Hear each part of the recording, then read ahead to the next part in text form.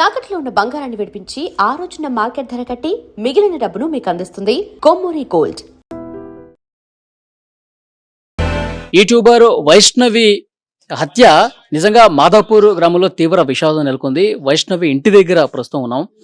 ఆ రోజు చాలా బాగా కనిపించారు ఇద్దరు. కానీ ఆ దుర్మార్గుడు ఇంత దారుణంగా ఒక రాక్షసులాగా బిహేవ్ చేసి మా అమ్మాయిని చంపేశాడని చెప్పి ఇక్కడ ఉన్నటువంటి తల్లిదండ్రులు, అన్నలు, బంధువులు అందరూ కూడా చెప్తున్నారు. ఒకసారి ఇంటి లోపలికి వెళదాం. అక్కడ ఒక్కసారి క్లియర్గా మీకు ఒక్కసారి మళ్ళీ వివరించే ప్రయత్నం చేస్తాను చూడండి. ఇది వైష్ణవి, అలాగే వైష్ణవి భర్త హరిబాబు ఈ ఇంట్లోనే ఉన్నారు. ఇక్కడ మీరు చూడొచ్చు, ఈ రూమ్ లో ఉన్నారు. ఆ వైష్ణవిని హత్య చేసే సమయంలో వాళ్ళు ఇక్కడే పడుకొని ఉన్నారు. అయితే ఇటు పక్కన ఇక్కడ రైట్ సైడ్ లో ఇటువైపు ఈ ఇంట్లో తల్లిదండ్రులు ఉన్నారు. వైష్ణవి అమ్మా నాన్న ఇందులో పడుకొని ఉన్నారు. ఆ రోజు రాత్రి వైష్ణవి భర్త హరిబాబు ఇక్కడ ఈ రూమ్ లో ఉన్నాడు. ఆ రూమ్ లోకే నేను వస్తున్నాను. ఆ రోజు ఉదయం సరిగ్గా 4 గంటలు అవుతుందండి. 4 గంటల సమయంలో ఒక అలికిడి జరిగినట్టుగా వాళ్ళ అమ్మ కూడా చెప్పింది. అలికిడి జరిగింది. ఆ సమయంలో వచ్చి డోర్ బదులు కొట్టి చూస్తే వాస్తవం మాకు తెలుసుండేది. కానీ మమ్మల్ని మైమరిపించే విధంగా ఏం జరగట్లేదు అన్నట్టుగా వీళ్ళేదో సరదాగా మాట్లాడుకుంటున్నట్టుగా యాక్టింగ్ చేసి, ఇక్కడ ఏమీ కానట్టుగా యాక్టింగ్ చేసి అతను మమ్మల్ని అందరినీ కూడా తప్పుదారి పట్టించాడు. ఆ తర్వాత ఇక్కడే ఈ వైష్ణవిని చంపేసి ఇక్కడ 2 మంచాలు ఉన్నాయి. ఆ 2 మంచాలకేసి తల బాగా కొట్టేసి ఆ తర్వాత ఒక కత్తి తీసుకొని ఆమె చేతుల మీద నుదుటి భాగంలో కత్తిపోట్లు బాగా కత్తితో పొడిచి చంపేశాడు. తర్వాత ఇక్కడ మంచం ఉంటే ఆ మంచం కింద కూడా ఆ వైష్ణవి మృతదేహాన్ని ఆ మంచం కింద పడేసి ఏమీ ఎరగనట్టుగా వెళ్ళిపోయాడు. ఇక్కడ పోలీసులు వచ్చారు. ఈ ఘటన జరిగిన తర్వాత పోలీసులు వచ్చి ఇక్కడ చూసారా, ఇక్కడ మొత్తం తవ్వి తీశారన్నమాట. ఎందుకంటే మొత్తం బ్లడ్ ఇక్కడ నుంచి మొత్తం బ్లడ్ పారుతా ఉంది. ఈ అరుగుకి మొత్తం కూడా బ్లడ్ అంటుకుని ఉంది. దీన్ని ల్యాబ్ టెస్ట్ కోసం పోలీసులు కూడా విచారణలో భాగంగా తీసుకెళ్ళినటువంటి పరిస్థితి ఉంది. ఆ తర్వాత చంపేసిన తర్వాత ఉదయం 6 గంటలకి మెల్లగా బయటకు వచ్చాడు. ఏమి ఎరగనట్టుగా బయటకు వచ్చాడు. తర్వాత డోర్ కూడా వేసేసాడు. డోర్ వేసి ఇక్కడ కటన్ ఉంది కదా, ఈ కటన్ కూడా లాగేసి ఏమీ తెలియనట్టుగా ఇక్కడికి వచ్చి బ్రష్ చేసుకుని, నేను అసలు నాకు ఏ పాపం తెలియదు అన్నట్టుగా వచ్చి ఇక్కడే బ్రష్ చేసుకుని ఇటు రోడ్డు మీద ఎవరున్నారో చూసుకుని, ఎవరన్నా మనుషులు ఉన్నారా లేదా, ఎందుకంటే అతనికి రక్తపు మరకలు అయిపోయినాయి. ఎందుకంటే వైష్ణవిని చంపిన తర్వాత అతని షర్ట్ మొత్తం కూడా రక్తమైంది. ఆ షర్ట్ విప్పేసి వేరే ఒక షర్ట్ వేసుకుని ఏమీ ఎరగనట్టుగా ఇక్కడే బ్రష్ చేసుకుంటే వాళ్ళందరూ అనుకుంటారు కదా, రోజులాగే లేచి బ్రష్ చేసుకుని ఏదో పని మీద వెళ్తున్నాళ్ళే అని చెప్పి వీళ్ళు అనుకుంటున్నారు.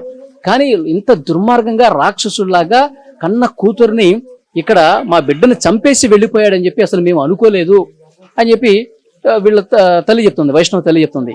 వీడు వెళ్ళిపోయిన తర్వాత అక్కడ బైక్ తీసుకుని ఇక్కడ బ్రష్ చేసుకుని బైక్ తీసుకుని ఫాస్ట్గా వెళ్ళిపోయాడు. తర్వాత ఇతను వెళ్ళిపోయిన తర్వాత అరగంట అవుతుంది, గంట అవుతుంది, గంటన్నర అవుతుంది. ఏంటి అమ్మాయి ఇంకా లేవలేదు, 4 నెలల గర్భం ఉంది. తర్వాత ఉదయాన్నే ప్రతిరోజు పిలిచేది, అమ్మని పిలిచేది, ఏదైనా తీసుకురమ్మని చెప్పి అడిగేది. ఏదైనా వామిటింగ్ వస్తుంటే బయటకు వచ్చి వామిట్ చేసుకునేది.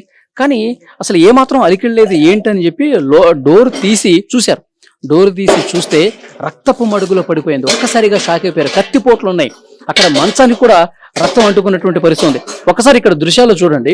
ఇక్కడ మంచానికి కూడా రక్తం ఏ విధంగా అంటుకున్నదో చూడండి. ఇదే ఒక సజీవ సాక్ష్యంగా మీకు చాలా స్పష్టంగా కనిపిస్తుంది. మంచం కోళ్ళకి ఇక్కడంతా కూడా వైష్ణవి బ్లడ్ మరకలు అనేవి ఇక్కడ చాలా స్పష్టంగా, అంటే కత్తితో పొడిచిన తర్వాత నుదుటి మీద, చేతుల మీద, గొంతు పీసికి చంపిన తర్వాత ఆ రక్తం అంటుకుంది. మంచం కింద పడేశాడు.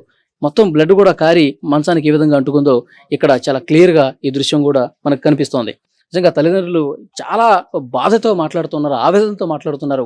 వాడు అసలు ఏమీ తెలియనట్టుగా మా అమ్మాయిని చంపేసి వెళ్ళిపోయాడు, వాడికి ఉరిశిక్ష వేయాల్సిందే, వాడిని చంపాల్సిందే అంటూ రోడ్ల మీదకి వచ్చి ఆందోళన చేశారు. కొద్దిసేపటి క్రితమే ఉగాది పండుగ రోజు ఆ వైష్ణవి బతుకుంటే గనక మా ఇంట్లో ఒక పండగ వాతావరణం కనిపించేది. ఇంటిల్లిపాదు నవ్వుకుంటూ ఆమె వీడియోలు చేసుకుంటూ చాలా సంతోషంగా గడిపి ఉండేవాళ్ళం. కానీ అసలు పండగ లేకుండా పోయింది. మా అమ్మాయి లేకపోవడంతో ఇక్కడ ఉన్నటువంటి ప్రతి ఒక్కరు కూడా కన్నీళ్లు పెట్టుకుంటున్నారు. పోలీసులతో వాగ్వాదానికి దిగారు. కోరుట్ల పట్టణంలో మెయిన్ సెంటర్లో అంబేద్కర్ చౌరస్తా దగ్గర ఆందోళన చేశారు. మా అమ్మాయికి న్యాయం జరగాలంటే వాడిని కఠినంగా శిక్షించాలి, వాడిని చంపేయాల్సిందే, వాడిని మాకు అప్పగించండి అంటూ ఆందోళన చేసినటువంటి పరిస్థితి కూడా మీరు స్క్రీన్ మీద దృశ్యాల్లో కూడా చూడొచ్చు. ఇక్కడ చూడండి, ఆ తల్లి ఎంత బాధపడుతుందో చూడండి, కన్నీళ్లు పెట్టుకుంటుంది. ఈ ఘటన జరిగిన తర్వాత నుంచి కూడా అసలు ఆమె అసలు పచ్చి మంచినీళ్ళు కూడా ముట్టుకోవట్లేదు. ఏడ్చి గుండె కూడా బరువెక్కిపోయినటువంటి పరిస్థితి ఉంది. ఆ, అసలు కళ్ళలోంచి నీళ్లు రావట్లేదు, కన్నీళ్ళన్నీ కూడా ఇంకిపోయాయి అన్నట్టుగా. ఎందుకంటే ఏడ్చి ఏడ్చి అలాంటి సిచ్యువేషన్ ఉంది. అన్నలు కూడా ఎంతో మంది, మొత్తం 13 మందికి పైగా అన్నలు ఉన్నారు. ఒకే ఒక్క బంగారు తల్లి. ఈ బంగారు తల్లి జీవితం చాలా సంతోషంగా ఉంటుందని చెప్పి మేము భావించాం, కానీ ఈ విధంగా అవుతుందని చెప్పి అసలు అనుకోలేదంటూ చాలా బాధకి గురవుతా ఉన్నారు. ఒక్కసారి అమ్మతో మనం మాట్లాడే ప్రయత్నం చేద్దాం. అమ్మా, ఇంతకీ మీరు పోలీసులతో 2 సార్లు కలిశారు, మాట్లాడారు, ఏమంటారమ్మా? వాళ్ళు మేము చూసుకుంటామంటారు. ఏం చూసుకుంటారు? చంపేస్తే చూసుకున్నట్టు చంపేయాలని అంతే. నలుగురు కాల్చేయాలా, లేకపోతే ఉరి శిక్ష వేయాలా. చూసుకుంటామంటే పెట్టేది లేదు. ఎన్ని సంవత్సరాలు కానీ మొత్తం ఆన్నే పోలీస్ స్టేషన్ లేకుండానే ఎత్తాయి. కానీ అంటే నేను వాళ్ళ మీద కోపం కాదు, చట్టం కరెక్ట్ నేర్చుకోవాలా. ఎందుకంటే ఒక పిల్లని చంపిర్రా, పోయాలి వాళ్ళు పిల్లలను చంపి పోలీస్ స్టేషన్లో కలిసిరా, వాళ్ళని బరాబరి చంపాలా. నువ్వు వాళ్ళకు న్యాయం జరిగి చూడేంది, నేను పోలీస్ స్టేషన్ లేచిన అనుడేంది, వాళ్ళని మంచి కాపాడుడేంది, నా బిడ్డ చచ్చిపోయిన బిడ్డను పట్టించుకోపోవడం ఏంది. నాకు ఇది ఒకటే నచ్చలేదు. నా బిడ్డని చంపిన అసలు చాలా మంది చెప్తా ఉన్నారు, అమ్మాయికి అసలు పెళ్లి ఇష్టం లేదు, వీడిని వేసుకోవటం అసలు ఇష్టం లేదు. సరే వాడేదో మందు దాగి నువ్వంటే మంచిగా చూసుకుంటానని చెప్పి అంటేనే అప్పుడు మీరు బలవంతంగా చేశారంట కదా. బలవంతంగా అంటే నేనేమని చెప్పిన సిట్టి, నల్లని దగ్గర ఏం లేదు, తెల్లని దగ్గర ఏం లేదు, గుణం మంచిగా ఉండాలమ్మా. నువ్వు 100 ఏళ్ళు బతిక గుణం కావాలి నాకు. మొన్న ఇప్పుడు తెలుతున్నాయి నాకు, అప్పుడేం తెలుసు. నా తల్లి నువ్వు గిట్లా చేసుకోవే, నీ మొగనికి ఇంత మంచిగా చూసుకోమంటే పూలు పెట్టి చదువుకున్నది. పూలు అంటే మొగడు ఒక లేవు, వాడు లేకపోతే ఒక సినిమా ఆగలేదు. ఇది అటుపోకు ఇటుపోకు అని అన్నం వేసుకొచ్చి చూడు, దాన్ని ఆని చిన్న మంచిగా చదువుకోలేదు. ఆ చుట్టూ దాన్ని ఎట్లా ఏం పంపుద్ది అయింది, ఎట్లా ఏం పంపుద్ది అయింది అయ్యా చెప్పు. ఇప్పుడు ఏమన్నా ఉంటే వెళ్ళిపో, నా బిడ్డకు మగవాళ్ళు లేకుండా సరే. నువ్వు ఎవరైనా నేను ఎత్తుకొని పోతే నా బిడ్డ నాకు మిగిలిపోవు కదా. సంపతే గొడవలు జరుగుతున్నాయంట కదా కొన్ని రోజుల నుంచి. ఎట్లా జరుగుతున్నాయి గొడవలు? పిల్లమల గొడవలు ఏం లేవు. తల్లి దాని కొడుకులు 3 కలిసి దాన్ని చంపుతావా చంపవా నీకు ఇవ్వదాకా చెప్పిందా?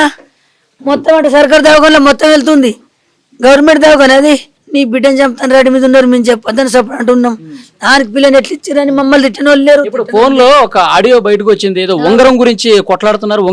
ఉంగరం ఎట్లా నీకు ఇంత ముందు చెప్పలేనా? 10 లక్షలు ఇచ్చిన పైసలు ఇవ్వు, నా ఇల్లు నాకు ఇవ్వు, తిరువనంతపురంలోకి ఇల్లు వంచి ఇచ్చినావు, నాకు ఇల్లు వంచి ఇవ్వలేవు, నా పిల్లం నేను చిల్లు ఉంటామంటే అదేం ప్లాన్ చేసింది గుర్తేనా? పిల్లని తోలుకొని రాపోన్నది. తోలకపోయినాక ఆయన అత్తమ్మ మరి సామానంత ఇస్తానులే పెట్టి మీ రూములు ఉంటామన్నది. సరే అన్నది. కిచెన్లోకి పోయింది, కారం పొట్టు పట్టుకొచ్చి నా బిడ్డ ముఖం కొట్టింది. అంగబెట్టి తల్లి కొడుకు ఏం కొట్టినా కొట్టిన బిడ్డని. అప్పుడు మీరు పోలేదా? మా అమ్మాయిని ఇంత దారుణంగా ఎందుకు కొట్టారు, కళ్ళలో ఎందుకు కారం కొట్టారు అని చెప్పి మీరు పోయి గొడవ చేయలేదా?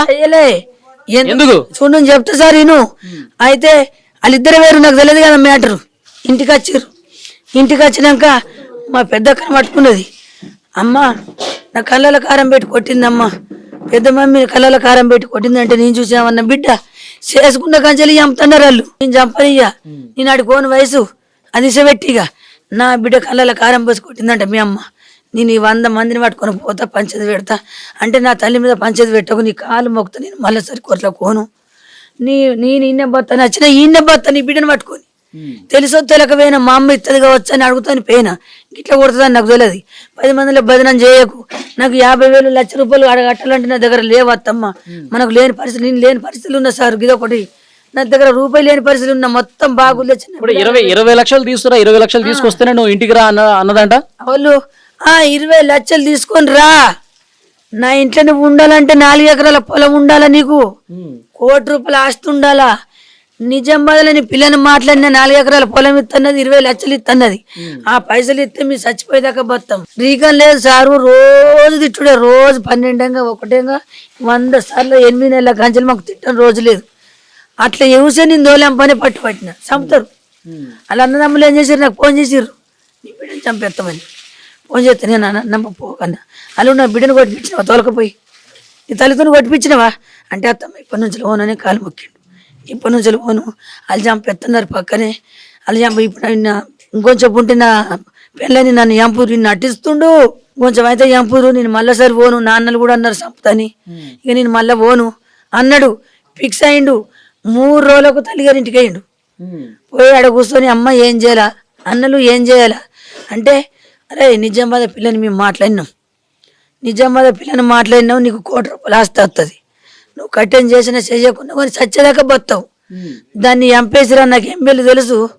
అటు ఒక్క ఎమ్మెల్యే మాట మీదనే మనం బెయిల్ మీదనే బయటకు వస్తాం. మనకు కేసు లేదు, మనకు ఏమో శిక్షలు ఉంటాయి, మనం చంపరు. 10,000 ఒక 20 లక్షలు 10 లక్షలు బయట వాళ్ళ వారు పోతున్నట్టే మనం బయటకు వస్తాం. బరాబరి ముగ్గురు కూర్చొని ఆయన చెప్పి తోలేసిరట. తోలేసినాక వాళ్ళు 3 రోజులు అక్కడ ఉన్నప్పుడు ఇదంతా ప్లాన్ పోలీసులకు చెప్పిండు. ఈడే హరిగడే చెప్పిండు. హరిగాడు నిన్న రోగుల బండలకి నిన్న పోలీసులు పొత్తికి ఫోన్ చేసిరు మాకు.